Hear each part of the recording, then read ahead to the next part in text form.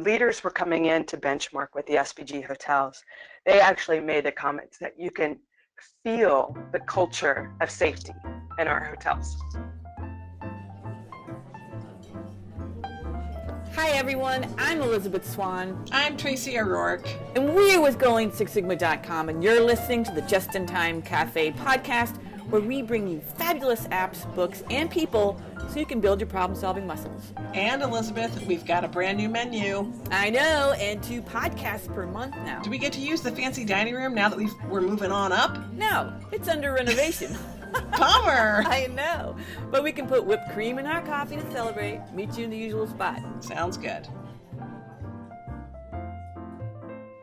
I like the look of the menu, Elizabeth. What are the treats for today? Good stuff today, Tracy. Good stuff. First, Lean Six Sigma in the news. College students in Indiana are using Six Sigma to divert bananas from landfills to soup kitchens. Next, we've got a poll for our listeners, and you know what that means, Tracy. Pareto charts! One of our favorite things. One of our favorite things. We've also got a new series starting about Lean Six Sigma superheroes, so stay tuned for that. And for today's special, I'll be interviewing Sally Toyster. She's got some great stories about Gemba walks, which are process walks. You don't want to miss that. Way to go, Sally. Can't wait to hear about her interview. Also, remember to stay tuned for this month's coupon code in order to get a discount on GoLeanSixSigma.com's online training. Up next, it's Lean Six Sigma in the news.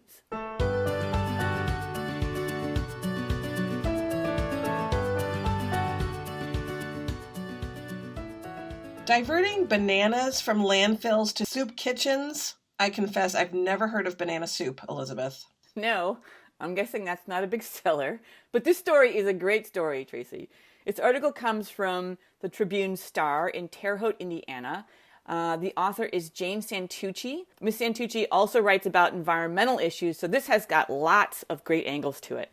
Diane Evans is a professor of engineering management at Rose Hillman Institute of Technology in Terre Haute. She and her students brought Six Sigma skills to the table, literally, to study food waste in the cafeteria, in the campus cafeteria.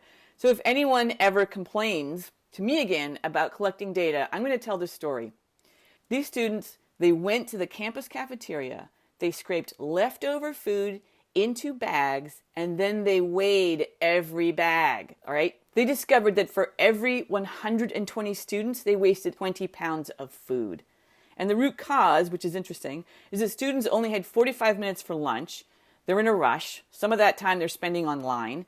And they put everything on their tray because they don't know what they're going to eat. And the biggest impact, which is interesting based on that behavior, was to get rid of the trays. They don't have the room to stack the food, so they don't put the food out there. Isn't that great? That is. So after the students ran an educational campaign, and they brought this to an elementary school where students were encouraged to put unopened or unpeeled food, like bananas, on a food share table. And that alone diverted 9,000 pieces of food from the landfill to soup kitchens, which is just phenomenal. And I have to give a big shout out to Professor Diane Evans and her students for this kind of work. Professor Evans said Six Sigma is so popular at this college that could be all she taught and classes would all be filled, which is really nice to hear. She said that what employers want to see on their resumes is some kind of Lean Six Sigma experience, especially when they have actual project experience. So this is a great example. It's so good to see colleges doing continuous improvement projects that help their communities. It's a really nice story. Really nice story. I love it. There's a lot of creativity, and I agree with you. Scraping food into that has been half eaten and putting it into Ziploc bags. Who thought of that? Like, how do we measure this? That is super creative. And I really like the problem-solving solutions that they came up with, too. I'm guessing that they had to go to Gemba, right? Go to the place that this is occurring to say, maybe we need to take away the trays. And that means less people are carrying less things. So I really like that solution. And what I love about what Diane is that she's really bringing application, real world application to learning something that many times in colleges are trained or taught by theory only. So bravo, Diane. Bravo again. I'm Tracy O'Rourke, and you're listening to the Just in Time Cafe. We love your feedback. For a limited time, you can win a prize for your review, so please give us one. First prize is free a green belt training. Second prize is free yellow belt. And third prize is a Just in Time Cafe podcast mug, so you can have your coffee with us. I'm actually thinking that should be number one. I'm using one of those right now. So go ahead and give us a review on iTunes on our website. Up next, we got a poll question for you.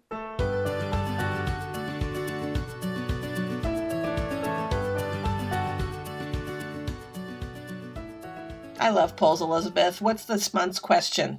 Me too, Tracy, because we get to make Pareto charts out of them. We're running a poll, and we'd love to get your input. We'll have results for you in the next month's podcast, and we'll post them online. Here's the question. What is the biggest obstacle to your Lean Six Sigma effort? And your choice of answers are A, finding the time to do it, B, finding the right data, C, getting leadership support, or D, picking the right focus area. We're going to post these answers online as well. Please look for the link online.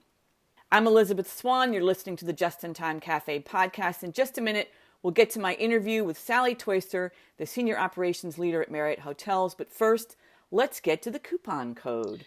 If you've joined us at the Just in Time Cafe, we'd like to offer you this treat. Just use coupon code 30 Espresso. That's 30 ESPRESSO during checkout. Make sure to use it soon since the coupon code will expire at the end of February. Tracy, let's let people know a few things going on right now at GoLeanSixSigma.com. That sounds great because there is a lot going on at GoLeanSixSigma.com. I could barely keep up. Last month, I ran a webinar on how leaders can coach using the A3 tool. I think that there's a big misconception about what A3s are used for. And ultimately, it's a great tool for leaders to coach their people on problem solving. And I find people don't get that. They think it's just something you have to fill out after you've done an improvement project. They're not using it like that. So learn how to use it the right way if you're a leader. This month, you've got one coming up about how important it is, Elizabeth, to clarify the purpose of a project so that people understand and want to work with you. And this is super exciting and new. GoLeanSixSigma.com is launching a Wonder Women of Quality series. I'm so excited about this. Each month, we're going to feature the unsung heroes out there, the women who are either leading process improvement efforts or are right on the front lines of doing it every day. There's lots of infographic and blogs, and they're super fun. Later this month, you're going to find out who our first superhero is. Can't wait to do the unveiling. I've seen the graphics. They're hilarious.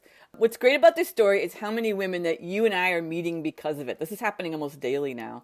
If there's someone that you want to see honored, please send her name and information to us. We may have to go to 2 per month because there's so many great women out there. I already love this series and we have barely started it. I love it. Coming up next is today's special.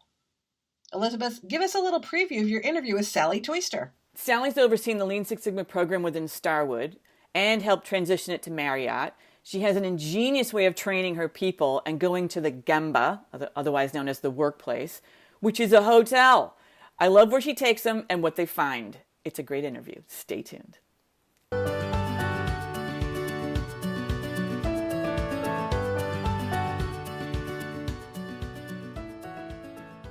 Hi there, and welcome to today's special. I'm speaking with Sally Toyster. Welcome, Sally.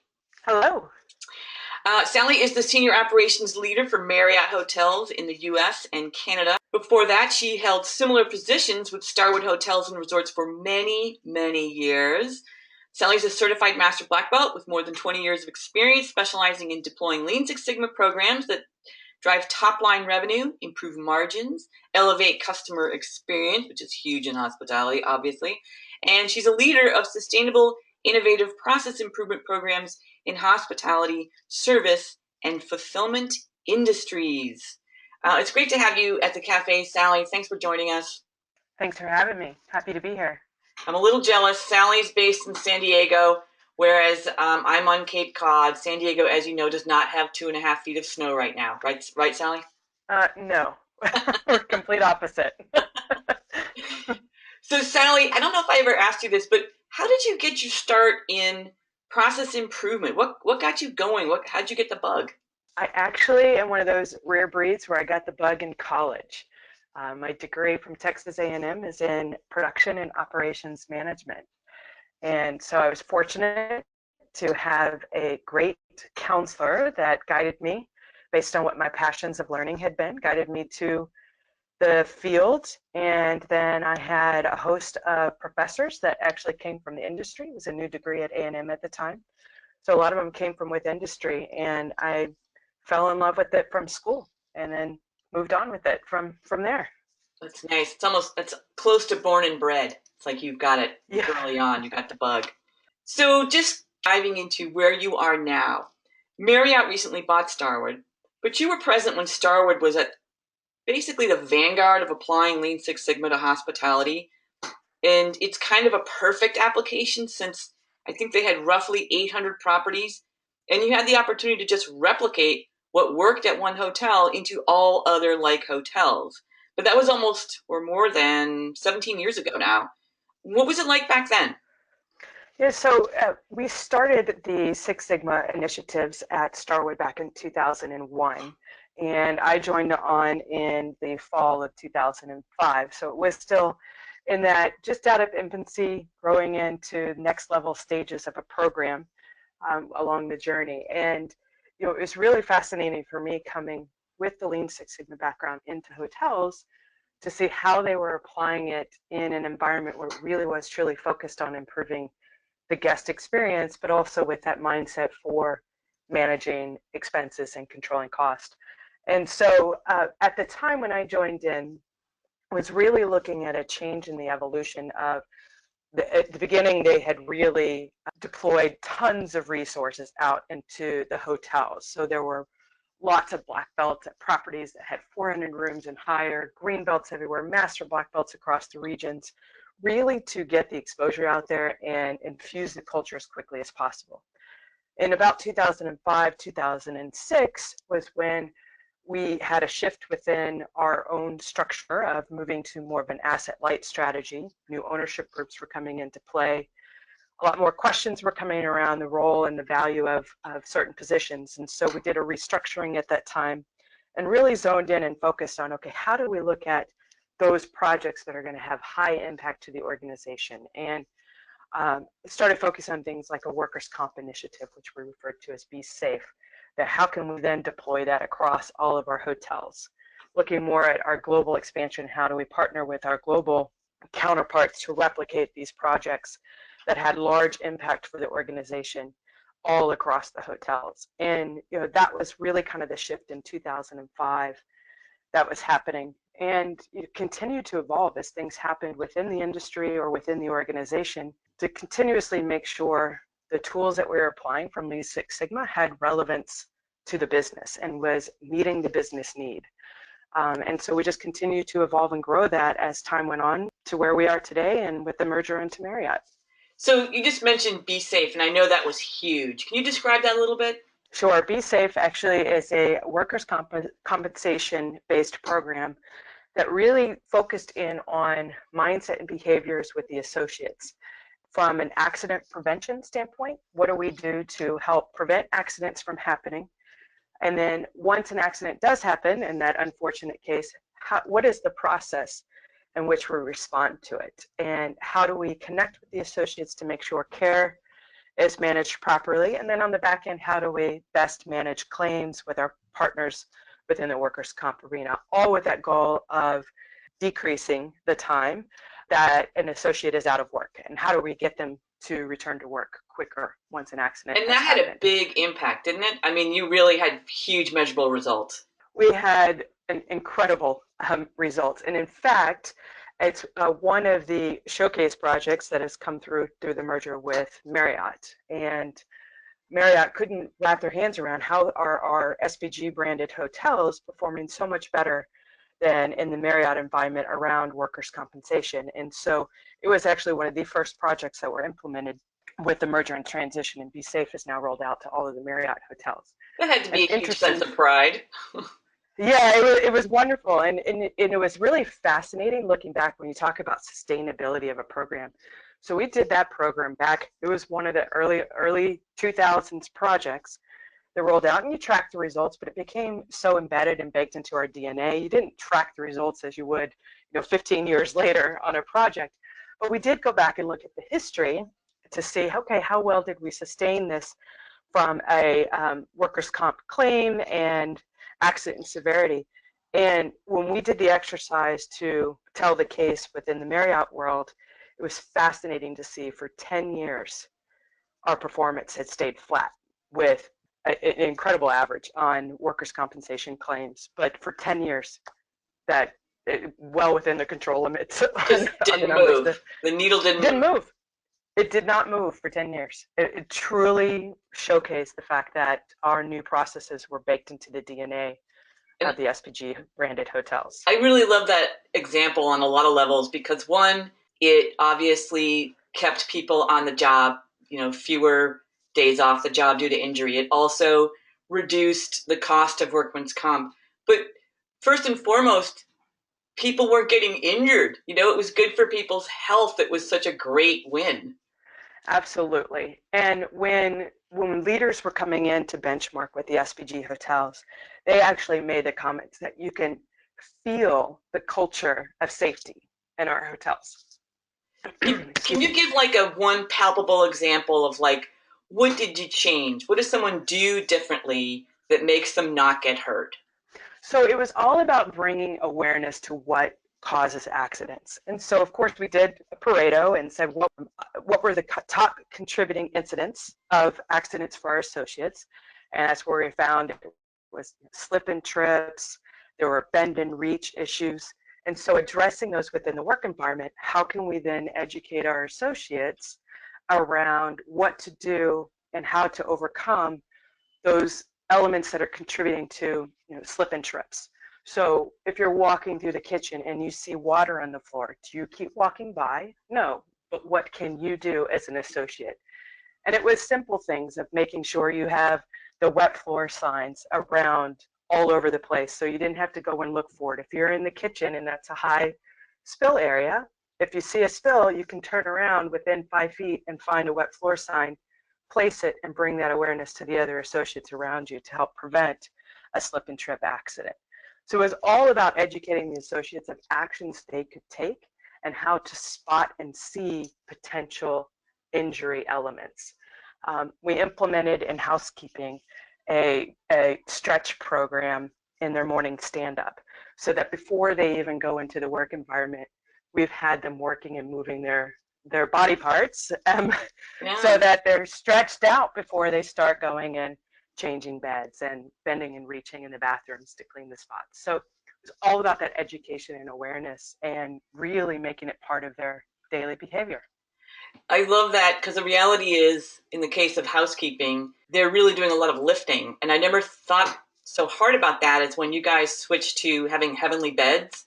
And now you had a lot more pillows, bigger down comforters. And I thought, oh, that's heavier. Like, you really have to think about this because there's people lifting and, like you said, bending, reaching. And I don't know if this is true or not, but I heard that when you guys did the green program, initially the housekeeping put the card in the center of the bed saying, if you want new sheets, make sure you leave this on the bed, otherwise put it off to the side. And then that meant people reached. They were reaching to the center of the bed. And so one of the fixes was just, we'll put it on the side of the bed. That's fine. So right. I don't know if that was real or not, but I heard it. Yeah, no, and I wasn't around during that time, but that sounds absolutely in line with a recommendation we would make with kind of those simple ahas of why reach to the middle of a king-size bed when you can put it on the pillow next to the nightstand, and they'll see it as they're crawling into bed just as easily as they would see it in the middle, and you didn't have to reach across a bed to do that. That seems very in line with our approach of simplicity to solutions. Yeah, and the casual observer would think, oh, what's the big deal? It's in the center of the bed, it's on the side of the bed. But these are repetitive motions. These are people doing this all day long. So I could see where Correct. those little things made a huge difference. Those are great. Thank you for those examples, actually. Sure. So mergers and acquisitions, always a lot of tumult. And you had this incredibly strong program. And I know you've had to transition, but it's been, I know from talking to you, it's been incredibly successful. So I just want to hear what made it so successful. How did you maintain this process improvement, or what did you have to tweak to keep your process improvement culture so strong and successful? So it really was a natural alignment between Starwood and Marriott with the Lean Six Sigma programs. Marriott, for the last 5 or 6 years, they had implemented Covey's 4 disciplines of execution, and really focusing on the wildly important goals and making the commitments on a weekly basis. So there was already a culture started of focusing on what was wildly important and how do we make daily changes to improve the guest experience. And so the Lean Six Sigma elements that we had within Starwood blended in nicely with that program, because really where the 2 programs struggled independently matched perfectly to elevate each other. And so, as an example, 4 disciplines of execution, you have a wildly important goal that you focus on, and then you make weekly commitments to say, I'm going to move the needle here. There was no set structure on, okay, how do we narrow in what we want to work on for that week? It was more of a dartboard approach. And so when we bring in the Lean Six Sigma tools, we're able to look at some of those basic analytical tools to say, okay, well, here, let's do a Pareto, and we look at the guest experience around arrival, and here are our top 2 problem areas. Let's make commitments to those top 2 problem areas, or let's pick one for this week. So it provided more of a structure and a framework to that. So there's been this natural adoption from that standpoint on the Lean Six Sigma.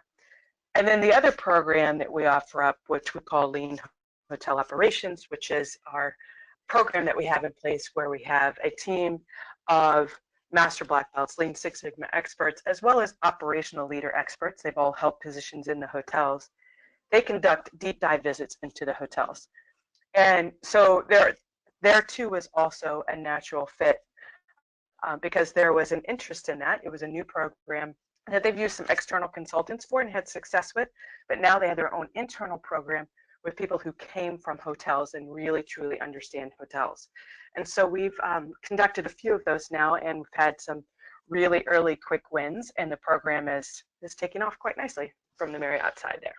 That's nice. And I know it makes a huge difference for people to come from the hotel side of things. And I've seen where different cultures might try to bring in someone who has Lean Six Sigma training but lacks that depth and can't speak the language.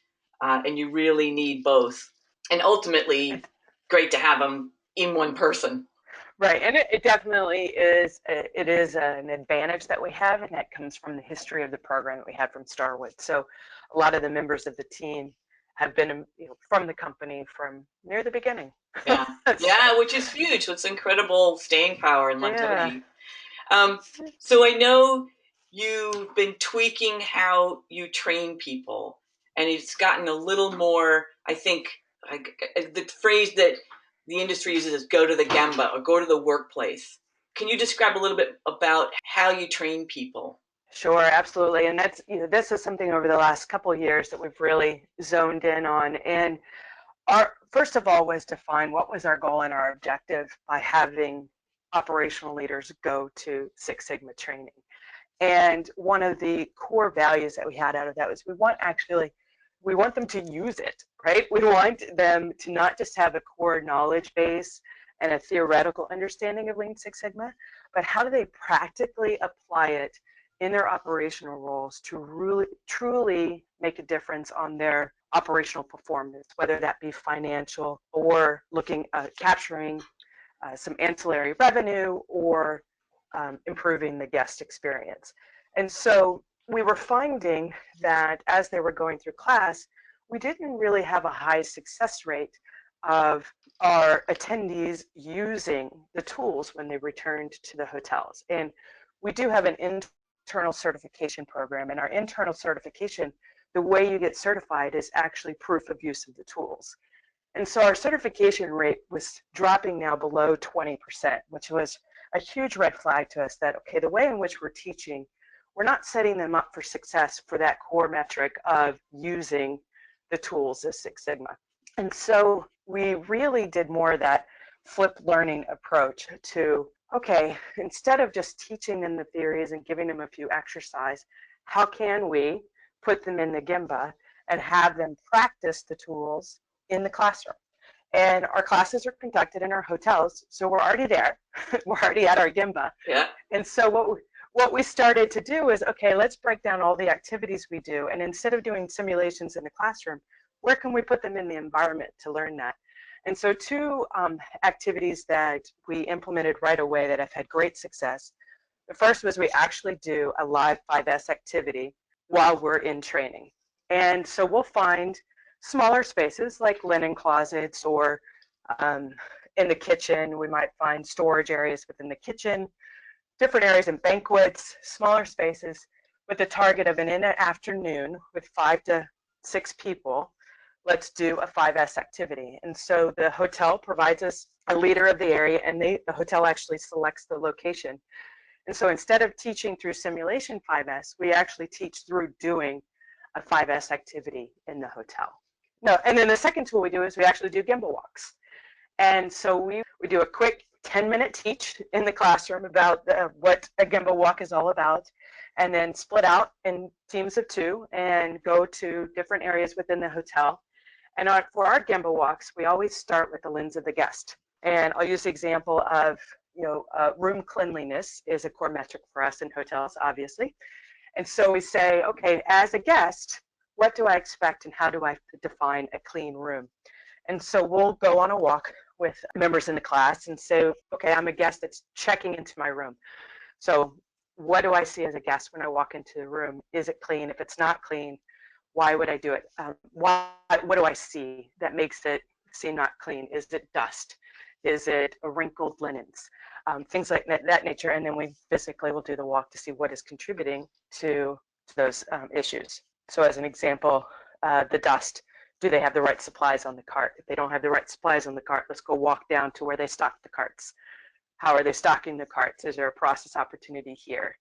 If it's not in the stocking, is there an opportunity in laundry? And so we'll walk the entire hotel as part of the learning for a Gemba walk. That's such a great, simple but brilliant, like, oh, well, we're here. We're right at the Gemba, so let's just go there. Exactly. Those are great examples, and I remember you cracked me up with taking some of them to the gym. Like some of them maybe had never even been inside the gym and going, wow, these machines don't even work. It's like, right, and there's clients going there or guests going there, and they're not appreciating that. So exactly, and it's one of those areas too. The gym, it's one, we don't as associates frequently go in there because it's not a place that we're going to use.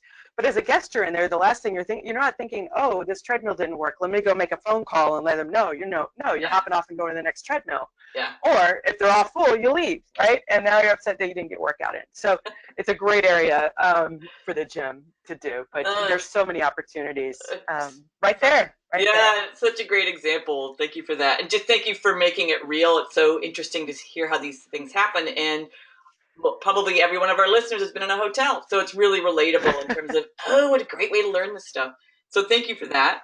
Sally, how can our listeners find you or communicate with you if they wanted, or if you wanted? Sure. So speaking of Gemba, actually, you can find me on Twitter. I'm at Gemba Girl on Twitter. And then also on LinkedIn through Sally Toyster. Oh, Gemba Girl, you nailed a good Twitter handle. That's awesome. Thanks. Thank you so much, Sally. I appreciate you being a guest today in the Just in Time Cafe. You've been listening to the Just in Time Cafe podcast. My guest today has been Sally Toysters of Marriott Hotels. Thank you so much for joining us, everyone, today. Tune into our next podcast where Tracy interviews Jeffrey Liker. Dr. Liker brought us the Toyota Way, and he just came out with the Toyota Way to Service Excellence. Don't miss that. And don't forget, if you leave us a review, you can win some free online training or our favorite, a Just-in-Time Cafe mug. Just leave us a review on iTunes or on our website, and don't forget to subscribe.